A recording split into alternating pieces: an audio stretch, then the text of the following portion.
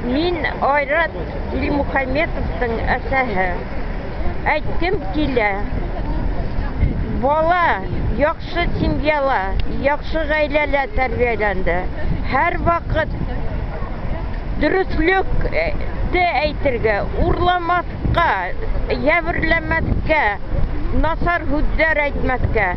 Менә минең улымды судья Роза Булатова бик алама осудила.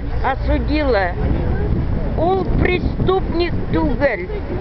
Ул бик талантливый, умный, бесстрашный кеше. Һәр вакыт дөреслекте һөйләй, дөреслекте яза. Вот. Біздің илдә дөреслек, оказывается, ул преступление. Вот.